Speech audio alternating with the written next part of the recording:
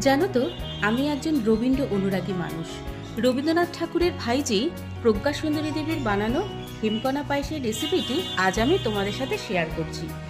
এর জন্য আমি নিয়েছি 6 চামচ গোবিন্দভোগ চালের গুঁড়ো, হাফ কাপ খোয়া ক্ষীর, 6 চামচ খোসা ছাড়ানো আমন্ড ও কাজু বাটা, স্বাদ মতো চিনি গুঁড়ো। এবারে মিশ্রণটি আটার মতো মেখে নিলাম।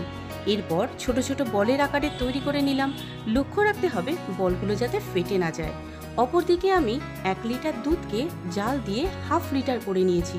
এবারে দুধের মধ্যে আমি দিয়ে দিয়েছি স্বাদ মতো চিনি গুঁড়ো ও কেশর। আরও কিছুক্ষণ ফুটিয়ে নিয়ে এর মধ্যে একে একে ক্ষীরের বলগুলো আমি দিয়ে দিলাম। মিনিট 5-7 ফুটিয়ে নামিয়ে রাখলাম।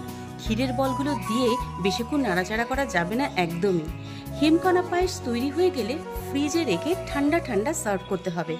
আজ আমি আমার হাজব্যান্ডকে টেস্ট করিয়েছি, ও তো দারুণ প্রশংসা করলো। তোমরাও ট্রাই করো।